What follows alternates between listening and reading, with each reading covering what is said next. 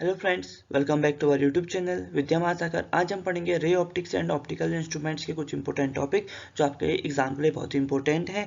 इससे पहले अगर आपने हमारी वीडियो नहीं देखी है तो आप उन्हें भी जाकर देख सकते हैं। उन सभी का वीडियो का लिंक मैंने डिस्क्रिप्शन बॉक्स में डाला हुआ है। प्लेलिस्ट का लिंक है, तो आप प्लेलिस्ट को ओपन करके सारी वीडियोज देख सकते हैं।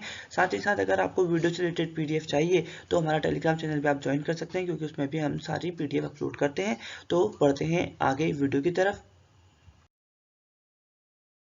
सबसे पहला टॉपिक है हमारा some basic properties of light, यानी कि जब सबसे अगर हम लाइट रे ऑप्टिक्स पढ़ रहे हैं, यानी कि रे मतलब लाइट रे ऑप्टिक्स के बारे में बात कर रहे हैं, तो हम सबसे पहले हमें जो लाइट है उसकी बेसिक प्रॉपर्टीज पता होनी चाहिए। तो पढ़ते हैं सबसे पहले, ठीक है। Light travels with a constant speed in vacuum, that is 3 × 10⁻⁸ metres per second, ठीक है। यानी कि लाइट जो वैक्यूम में एक कांस्टेंट स्पीड से चलती है, जिसकी मैं उसकी वेलोसिटी क्या है 3 × 10⁸ उसकी वेलोसिटी ऑफ थी है, या फिर स्पीड कह सकते हो आप, ठीक है। Rectilinear propagation right travels in straight path, बिल्कुल एक स्ट्रेट पाथ में चलती है, टेढ़ी मेढ़ी नहीं चलती है। रे the path of light is called a रे। और आपको पता ही होगा रे क्या होता है, जो एक पॉइंट से निकलता है। तो जो यहाँ पर द पाथ ऑफ लाइट होता है उसे हम क्या कहते हैं, रे कहते हैं। Beam, bundle of rays is called beam, यानी कि बहुत सारी जब रेज एक साथ निकलती है तब हम कहते हैं बीम। जैसे आप यहाँ पर देख सकते हो ड्रॉ में, ये रिफ्लेक्शन ऑफ लाइट का डायग्राम है। तो बढ़ते हैं देखते हैं उसको। रिफ्लेक्शन ऑफ लाइट क्या होता है, laws of reflection. Reflection of light में दो टाइप के लॉज होते हैं। आपको पता होगा लाइट कभी भी किसी भी सरफेस से स्ट्राइक करती है तो उसमें दो टाइप के होते हैं, रिफ्लेक्शन और रिफ्रैक्शन, ठीक है। लेक्शन और रेक्शन का मतलब LE और RA का सिर्फ फर्क है। अगर एक स्मूथ सरफेस से टकराएगी, यानी कि एक ऐसा लिक्विड सरफेस है जिससे वो आर पार हो सकती है लाइट, तब रिफ्रैक्शन होता है। अगर ऐसा होगा कि जैसे एक वॉल से टकरा गई या किसी बॉल से टकरा गई, तो लाइट जो होती है अपने से वहां से रिफ्लेक्ट हो जाती है, तब होता है रिफ्लेक्शन, ठीक है। तो जैसे लॉज ऑफ रिफ्लेक्शन है, पहला वो है कि first law, the angle of incidence is equal to the angle of reflection, यानी कि जो एंगल ऑफ इंसिडेंस, यानी कि किस स्पीड में आ रही है ये जो एंगल होगा वो बराबर होगा ये किस एंगल पे यहाँ से जा रही है, ठीक है। और सेकंड लॉ है the incident ray, the reflected ray and the point of incidence on line the same plane, यानी कि जो एंगल ऑफ इंसिडेंस है जो यहाँ पर आएगा ये, और एंगल ऑफ जो इंसिडेंट रे और जो रिफ्लेक्टेड रे जा रही है यहाँ पर, यहाँ इंसिडेंट रे यहाँ पर मिल रही है और रिफ्लेक्टेड रे यहाँ से निकल रही है, और जो ये नॉर्मल है यहाँ पर, और ये सारे पॉइंट जो है सभी क्या होते हैं, same at the same plane lie करते हैं, एक ही प्लेन में लाई करते हैं, ठीक है। आप देखो यहाँ पर जैसे एक इंसिडेंट रे आई, मिरर पे स्ट्राइक करी और रिफ्लेक्टेड रे में चली गई, और जो एंगल बना दोनों में, इंसिडेंट रे का एंगल और रिफ्लेक्टेड एंगल दोनों क्या बने, सेम बने, ठीक है। अब अगला है sign convention. We follow system of Cartesian sign convention, ठीक। All systems are measured from the pole to the mirror और optical centre of the lens, यानी कि पोल से मिरर तक का जितना भी होता है हम उसको मेजर करते हैं। देखो ये यहाँ पर मिरर दे रखा है, इंसिडेंट लाइन यहाँ से टकराएगी, डिस्टेंस अगेंस्ट इंसिडेंट लाइन, यानी कि जो हाइट थी पहले पॉजिटिव थी, अब हाइट टुवर्ड्स नेगेटिव, ठीक है। Distance along incident light plate और ऑब्जेक्ट ऑन लेफ्ट, और यहाँ पर ऑब्जेक्ट था यहाँ से टकराया और लास्ट में फाइनल इमेज बनी वो नीचे बनी, वो भी नेगेटिव की तरफ बनी, ठीक है। The direction of incident light is taken as positive and the opposite direction is taken as negative, यानी कि अगर जो डायरेक्शन होगी इंसिडेंट लाइट की वो पॉजिटिव होगी, साफ सी बात कह रहा है, और अपोजिट डायरेक्शन में होगा तो नेगेटिव होगी, ठीक है। The distance measured upwards with respect to the x axis and perpendicular to the principal axis are positive and heights measured downwards are negative. सीधी बात जो हमने अभी ऊपर पढ़ी वही चीज उन्हें बता दी कि अगर एक्स एक्सिस में होगा और परपेंडिकुलर होगा तो पॉजिटिव होगा, अगर हाइट नीचे की तरफ होगी, उल्टी होगी, परपेंडिकुलर और उल्टी होगी, तब हम कह देंगे वो नेगेटिव है, ठीक है। और कुछ और इंपॉर्टेंट टॉपिक्स या फिर टर्म्स जो आ जाती है हमारे, वो क्या है ये देखो। Focal length of spherical mirrors क्या क्या होती है, फोकल लेंथ ये, ठीक है। प्रिंसिपल फोकस पढ़ते हैं। A paraxial ray of light after reflection converge और appear to diverge from a point after reflection from a concave converge reflected the point F is called the principal focus, यानी कि देखो इसमें बहुत सारी raise आ रही है, 1 2 3 4 5 रेज आ रही है, ठीक है। ये 5 के 5 रेज आ रही है, और जब ये मिरर से टकरा रही है या फिर जिससे भी टकरा रही है, कॉन्वेक्स कॉन्केव मिरर से टकरा रही है, अभी देखो कॉन्केव मिरर है, ठीक है, इससे टकरा रही है, फिर क्या कहते हैं, ये सारी जब रिफ्लेक्ट हो रही है तो एक पॉइंट पे टकरा रही है, और उस पॉइंट को कहते हैं हम एफ, यानी कि प्रिंसिपल फोकस कहते हैं, ठीक है। Focal plane if the paraxial rays of light were incident take making some angle with the principal axis, the reflection rays converge और appear to diverge in a plane F, यानी कि ठीक है। इसको समझ लेते हैं। देखो इसमें बहुत सारी रेज आई, बहुत सारी इन्फिनिटी से रेज आई, ये कॉन्वेक्स मिरर में टकराई और सारी डाइवर्ज हो गई, ठीक है। अब हमने अपीयर किया कि जहाँ जहाँ पर डाइवर्ज हो रही है तो हमने उसको अंदर मिलाया, सबको अंदर मिलाया, और ये अंदर मिला के आया हमारा प्रिंसिपल फोकस पे, ये पॉइंट आ गया, ठीक है। फोकस पे पॉइंट आया, और इसी पॉइंट को जो हम कहते हैं वो होता है फोकल प्लेन, ठीक है। फोकल प्लेन प्रिंसिपल फोकस होगा जब सिंपल से रिफ्लेक्ट, कॉनकेव में जब रिफ्लेक्ट होकर सिंपल आती है तब वो हमारा फोकस होता है, प्रिंसिपल फोकस।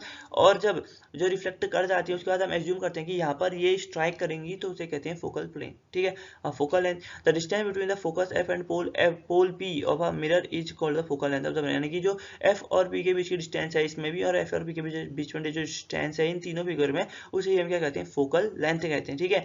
इसे हम एफ से दिखाते हैं radius of curvature. The radius of the sphere of which the mirror is a part of is called the radius of curvature. यानी कि जो रेडियस ऑफ कर्वेचर क्या होता है, देखो रेडियस ऑफ कर्वेचर होता है कि एक ऐसा स्फीयर और मिरर स्फीयर जिसका वो पार्ट है, ठीक है, उसे हम क्या कहते हैं, रेडियस ऑफ कर्वेचर कहते हैं।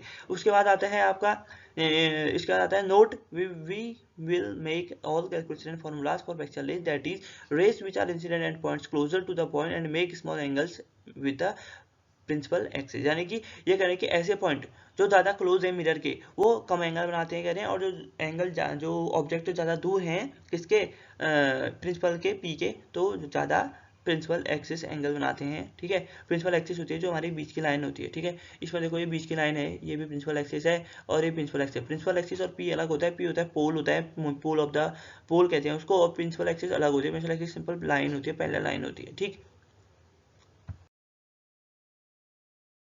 अब आया हमारा रिलेशन बिटवीन फोकल लेंथ और रेडियस ऑफ कर्वेचर। फोकल और रेडियस ऑफ कर्वेचर के बीच में क्या रिलेशन है, ठीक है।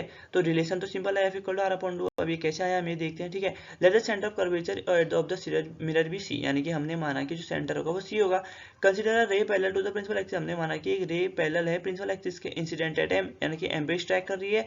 लेट एंगल ऑफ इंसिडेंस भी थीटा, अब क्या करें वो थीटा एंगल पे स्ट्राइक करिए। यहाँ से आया, देखो यहाँ से आया, यहाँ से यहाँ तक आया और फिर यहाँ तक आया, ठीक है। तो ये थीटा एंगल बनाया इसने यहाँ पर, और नीचे भी अल्टरनेट एंगल की वजह से थीटा बन जाएगा, ठीक है। इन ट्रायंगल एमजीएफ एमएफपी, यानी कि जो एमएफपी होगा ये पूरा एंगल जो होगा ये होगा आपका 2 थीटा होगा, ठीक है, 2 थीटा। और उसके बाद जो tan theta equal to MD upon CD, tan theta equal to MD upon FD हो जाएगा। एमडी अपॉन एफडी सारे ट्रायंगल में ले लिया, थीटा 0 के बराबर है तो tan थीटा इक्वल टू 0, यानी कि tan 0 इक्वल टू 0 ही होता है, हमको पता है। तो MD upon FD equal to 2 मतलब एमडी अपॉन सीडी, तो FD equal to CD upon 2 हो गया, यानी कि जो एफडी आधा है ये पूरा सीडी अपॉन 2 के बराबर हो गया, ठीक है। तो FD equal to CD upon 2। अब एफडी एफ के बराबर, यानी कि हमको पता है कि ये क्या होता है, एफडी क्या होती है, फोकल लेंथ होती है, और सीडी क्या होता है आपका रेडियस ऑफ कर्वेचर होता है, यानी कि सेंटर और मिरर के बीच की जो डिस्टेंस होती है उसे आप रेडियस ऑफ कर्वेचर कहते हो। यहाँ से एक डेफिनेशन ये बन जाती है, ठीक है। तो F equal to R upon 2 हमारा यहाँ से आंसर बन जाता है, ठीक है। सिंपल सा फॉर्मूला है और ये बहुत ही इंपॉर्टेंट है कि आपको ये याद कर लेना है, क्योंकि आपका ये बहुत जगह क्या आएगा, काम आएगा ये वाला फॉर्मूला, ठीक है। अभी बहुत सारे जब क्वेश्चन करोगे आपको आएगा कि फोकल निकालो, रेडियस ऑफ कर्वेचर निकालो, तो उस समय आप फटाफट से इसको याद करके निकाल सकते हो। अब द मिरर इक्वेशन क्या है, it rays if rays from a point actually meeting at a point after reflection and और रिफ्रैक्शन, यानी कि बहुत सारी रेज हैं जो रिफ्लेक्शन और रिफ्रैक्शन के बाद एक पॉइंट पे मीट कर रही है। That point is called the image of the point, यानी कि उस पॉइंट को हम इमेज ऑफ द पॉइंट कहेंगे। The image is real if the rays actually converge at a point, यानी कि जो इमेज होगी वो रियल होगी अगर जो कवरेज है एक पॉइंट पे होगी। And it is virtual if the do not actually meet but appear to diverge from a point when produced backwards, ठीक है। जब उसको बैकवर्ड्स को प्रोड्यूस किया जाएगा तब क्या करेगी वो एक्चुअली कवरेज देगी, और वर्चुअल मीट होगा, ठीक है, वो मतलब अपियर करेगी कि वो वर्चुअली मीट कर रहे हैं।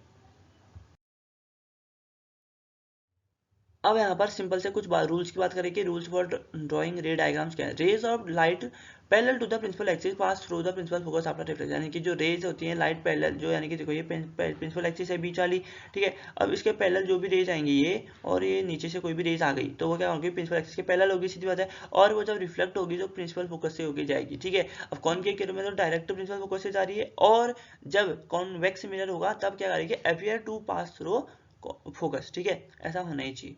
और उसके बाद the rays of light passing through the centre of curvature of a concave mirror और appearing to pass through it for a convex mirror retrace their path after reflection, यानी कि अपना पाथ रिट्रेस कर लेते हैं रिफ्लेक्शन के बाद। Rays passing through और appearing to pass through the principal focus of a concave and convex mirror respectively become parallel to the principal axis after reflection. अच्छा, ये कह रहे हैं कि जितनी भी रेज हैं जो रिफ्लेक्ट करती हैं, ठीक है, रिफ्लेक्ट करती हैं और अपीयर करती हैं कि कॉन्केव और कॉन्वेक्स मिरर में क्यों प्रिंसिपल फोकस पे मिल रही हैं, तो रिफ्लेक्शन के बाद पैरेलल बन जाती है प्रिंसिपल एक्सिस की, इनका ऐसा कहना चाह रहे हैं, ठीक है।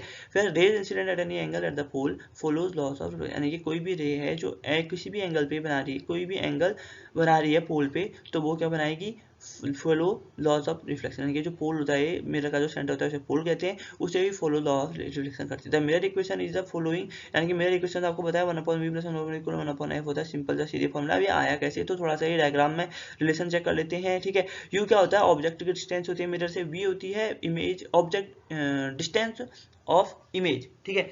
यू होता है distance of object, U V होता है डिस्टेंस ऑफ इमेज, और एफ होता है फोकल लेंथ। तो ये पूरा कैलकुलेट करेंगे इन ट्रायंगल दिस लेके कौन सिमिलर दिखाया, सिमिलर दिखा के इक्वल टू आगे तो इस तरीके से हमारा 1/v plus 1/u equal to 1/f हो जाता है। ठीक है, अभी मैंने आपको बताया था कि रेडियस ऑफ कर्वेचर का फॉर्मूला जो था वो इंपॉर्टेंट था। अब साथ ही साथ 1/v मिरर फॉर्मूला ये भी इंपॉर्टेंट है, क्योंकि ये भी क्या है आपके पेपर में क्वेश्चन आने वाला है। ठीक है, अब जानते हैं लीनियर मैग्निफिकेशन होता क्या है। It is defined as the ratio of the height of the image as to that of the object and art H and H art is taken positive according to sign convention. यानी कि linear magnification होता है ratio किसके बीच में, height of image to that height of object. यानी कि जो एच अगर हाइट है और एच डैश उसकी हाइट ऑफ द ऑब्जेक्ट है, तो आपका रेशियो हो जाएगा एच डैश अपॉन एच। ठीक है, तो substituting values from here considering sign convention, तो इन्होंने ये फॉर्मूला लगाया और उसका कहा कि minus H dash upon H तो माइनस बी अपॉन यू के बराबर है। तो मैग्निफिकेशन को अगर आपका कहीं पर आपको क्या दे रखा है, वो दे रखा है, अगर आपको एक चीज की हाइट दे रखी है, दोनों हाइट ऑफ ऑब्जेक्ट और हाइट ऑफ इमेज है, तो आप मैग्निफिकेशन निकाल सकते हो। ठीक है, अगर आपको image of distance of image और डिस्टेंस ऑफ ऑब्जेक्ट दिया तब भी आप मैग्निफिकेशन निकाल सकते हो। अगर आपको मैग्निफिकेशन नहीं दिया है, आपसे उसने कहा है कि एक ऑब्जेक्ट के साथ 10 सेंटीमीटर का उसका डिस्टेंस मिरर से इतना दूरी है और उसकी इमेज यहाँ पर बन रही है, तो उसकी हाइट ऑफ द ऑब्जेक्ट निकालो। ठीक है, तो आप ये इन दोनों को वाले फॉर्मूले से निकाल सकते हैं, जो ये बीच में लगाना, इस फॉर्मूले से आप वहाँ पर निकाल सकते हो। ठीक है, माइनस से माइनस तो कैंसिल आउट हो जाएगा सीधे, और एच डैश आपको निकालना है, एच पता है, वी पता है, यू पता है, तो एच डैश आप निकाल ही लोगे। ठीक है, तो देखो जब मैग्निफिकेशन नेगेटिव होता है तो इमेज बनती है आपकी उल्टी। ठीक है, उल्टी इमेज बनेगी यानी कि नीचे की तरफ, और जब पॉजिटिव होगा तो वर्चुअल इमेज बनेगी। जब 1 से लेस देन होगा तो मैग्नीफाइड बनेगी, और जब 1 से बड़ा होगा तो डिमिनिश्ड बनेगी, यानी कि बहुत छोटी बनेगी होगी। ठीक है, 1 जब बड़ा होगा, यानी कि जब जो मैग्निफिकेशन होगा वो जब 1 से भी छोटा होगा तब डिमिनिश बहुत छोटी इमेज बनेगी, जब मैग्निफिकेशन 1 से बड़ा होगा तो बड़ी इमेज बनेगी, जो हम देख सकते हैं, मतलब जितनी नॉर्मल है उससे भी बड़ी बनेगी। ठीक, अब अगला आ गया, ये देखो image formation for concave mirror फिर कॉन्वेक्स मिरर। कॉनकेव मिरर में देखो पोजीशन क्या क्या है, एट इन्फिनिटी, यानी कि जब ऑब्जेक्ट इन्फिनिटी पे रखा हुआ है तो इमेज बनेगा आपका फोकस पे, यानी कि जब इन्फिनिटी से आया तो आपका इमेज बनेगा यहाँ पर फोकस पे। ठीक है, रियल इन्वर्टेड और डिमिनिश्ड इसकी इमेज बनेगी। रियल इन्वर्टेड, इन्वर्टेड होता है उल्टी, डिमिनिश्ड होती है बहुत छोटी। ठीक है, जब इन्फिनिटी और सी यानी कि रेडियस और कर्वेचर के बीच में रखी होगी, सी यानी कि सेंटर, सेंटर के बीच में रखी होगी, और इन्फिनिटी के तब बनेगा एफ और सी के बीच में बनेगा। ठीक है, एफ और सी के बीच में इमेज बनेगी, तब भी क्या बनेगी, रियल इन्वर्टेड और डिमिनिश्ड, यानी कि आप मान के चलो कि रियल और इन्वर्टेड ही बनती है कॉनकेव मिरर में हर केस में। ठीक है, अब एट सी यानी कि जब सी पे इमेज होगी या यहाँ पर इमेज होगी, ठीक है, जब यहाँ पर इमेज होगी तो आपकी इमेज बनेगी सी पे ही, जब यहाँ से जाएगी और रिफ्लेक्ट होगी भी यहीं पर बननी है, नीचे की तरफ को बनेगी, या वो ऊपर को देखिए जहाँ को भी बनेगी, और सिंपल बनेगी रियल इन्वर्टेड और सेम साइज। अब बस बदल गया सेम साइज। ठीक है, रियल इन्वर्टेड सेम है, बस बदल जाएगी डिमिनिश, डिमिनिश फिर सेम साइज, अब फिर इसके बाद मैग्नीफाइड हो जाएगा, यानी कि अब एफ और सी के बीच में कहीं पर आ गई। ठीक है, तो एफ और सी के बीच में आ गई तो क्या बनेगी, ये रियल इन्वर्टेड और मैग्नीफाइड बनेगी। ठीक है, अब एफ के बनेगी, अगर एफ पे इमेज तो एफ पे बनेगी, तो यहाँ से देखिए चल जाएगी ये इन्फिनिटी में बन जाएगी इसकी इमेज। ठीक है, फिर बिटवीन एफ और पी, अगर एफ और पी के बीच में जब इमेज बनी ये, तो यहाँ पर क्या बनेगा, ये बिहाइंड द मिरर, यानी कि मिरर के पीछे बन जाएगी इमेज, क्योंकि यहाँ से देखो यहाँ पर बनी एफ और पी से जो ए से रेज आ रही है ये यहाँ से पैरेलल हो जाएगी। ठीक है, यानी कि जो जा रही है यहाँ को पैरेलल, और जो ये रेज आ रही है यहाँ से भी ये को पैरेलल। ठीक है, ये दोनों पहले कभी तो मीट करेंगे, अब हमने एज्यूम करना पड़ेगा यार कहाँ पर बनेगी, तो हमारी इमेज बनेगी इस साइड पे। ठीक है, ये यहाँ पर बनेगी।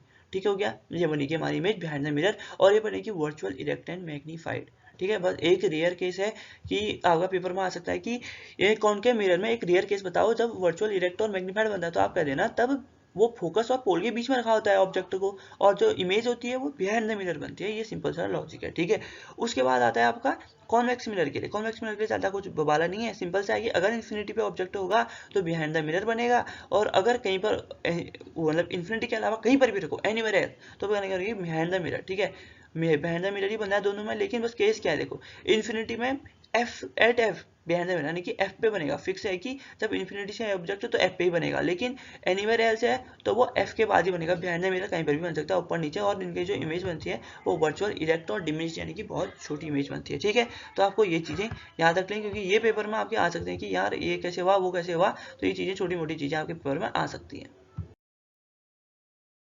कुछ इंपॉर्टेंट क्वेश्चन भी हैं। ठीक है, सबसे पहला है कि calculate the distance of an object of height h from a concave mirror of radius curvature 20 so as to obtain a real image of magnification 2 find the location of the image as well। ठीक है, तो v upon u equal to -2 दे रखा है, v equal to 2u हो जाएगा, तो 1 upon f equal to 1 upon v plus 1 upon u, f दे रखा है हमको -10, v की जगह 2u रख दिया, तो हमने पूरा सॉल्व करके u इक्वल टू -15 निकाल दिया। अब vu -15 आया तो v भी हमारा -30 आ जाएगा। ठीक है, तो सिंपल से आ गया हमारा कि जो उसने पूछा था कि find the location of the image, तो लोकेशन ऑफ द इमेज कितनी आ गई, -30 सेंटीमीटर आ गई। ठीक है, अब यूजिंग मिरर इक्वेशन इसने कहा कि using mirror formula convex mirror always produce virtual image बनाता है, तो फाइंड करो। तो हमने इसको फॉर्मूला किया v = f(f)(u). अगर v 0 से बड़ा होता है तो क्या बनेगा हमारा, इस टाइप का फॉर्मूला बनेगा, तो m बड़ा बनेगा, therefore it always produce a virtual image. ठीक है, वर्चुअल इमेज बनाएगा यानी कि सीधी इमेज बनाता है। ठीक है, सुल्टी। अब अगला है कि a mobile phone lies among the principal axis of a concave mirror. Concave mirror में हमारा लाई करता है मोबाइल फोन। ठीक है, खिलौने वाला जो पहले आता था। So with the help of a suitable diagram and the formation of its image, image कैसी बनेगी वो दिखाओ कह रहा है। और उसके बाद कह रहा है कि मैग्निफिकेशन यूनिफॉर्म होगी, और तो क्यों होगी। ठीक है, तो देखो the magnification of the phone is not uniform because different parts of the phone are at different places from the pole. यानी कि सही बात है, जो फोन का टॉप होगा यानी कि जहाँ पर से स्पीकर होता है वो अलग जगह पे होगा, और जो फोन का नीचे वाला हिस्सा होता है जहाँ पर चार्जिंग पॉइंट होता है वो अलग जगह होगा, यानी कि कुछ ना कुछ दोनों के बीच की डिस्टेंस होगी। तो अब ऐसी बात है जो इमेज बनेगी वो भी अलग ही बनेगी उसकी, because different parts of phone are different places from the pole, so the magnification of the different parts will be different at the image will be distorted. यानी कि डिस्टॉर्ट बिल्कुल टेढ़ी मेढ़ी बन जाए। देखो फोन तो बिल्कुल बराबर था, लेकिन जब इमेज बनी तो छोटी छोटी छोटी बड़ी बड़ी बड़ी बनने लगी। ठीक है, तो इस तरीके से ये कोई भी ऑब्जेक्ट है ऐसा नहीं है कि जैसा दिख रहा है वो वैसी उसकी रियल इमेज ही बनेगी, क्योंकि आगे जैसी इमेज बनती है। ठीक है, फिर अगला है कि suppose the lower half of the concave mirror reflecting surface covered with an opaque material. Opaque material यानी कि जिससे कि आर पार नहीं देख सकते। What effect will this have on the image of the object, क्या इफेक्ट होगा कह रहे हैं। तो है कि if the lower half of the image covered with opaque material still then complete of the object is form, यानी कि तब क्या होगी, कंप्लीट ऑब्जेक्ट फॉर्म होगा, but the intensity of the image will be reduce. यानी कि intensity क्या होगी, कम होता है, यानी कुछ धुंधला धुंधला दिखेगा, थोड़ा सा कम आगे दिखेगा। This is because the laws of reflection are true for every part of the mirror, यानी कि क्योंकि हर पार्ट ऑफ मिरर के लिए लॉज ऑफ रिफ्लेक्शन जरूरी होते हैं। अगर तुम आधा मिरर ही रख दोगे तो आपकी रियल करेक्ट और साफ इमेज कैसे बनेगी ना। तो बढ़ते बस ये था हमारा क्वेश्चन जो हमने समझ लिया। तो दोस्तों मैं उम्मीद करता हूँ कि आपको ये वीडियो पसंद आई होगी। वीडियो पसंद है तो लाइक करें, शेयर करें, कमेंट करें, चैनल को सब्सक्राइब जरूर कर लें। चैनल को सब्सक्राइब करोगे तो हमें भी मोटिवेशन मिलती है आपके लिए इंपॉर्टेंट वीडियोस आने के लिए। तब तक के लिए 2 गज की दूरी, मास्क का जरूरी है, अपना ध्यान रखिए, अपने घर वालों का ध्यान रखिए, आसपास आप बनाए रखें। मिलते हैं नेक्स्ट वीडियो में, तब तक thanks for watching, take care, जय हिंद, जय भारत।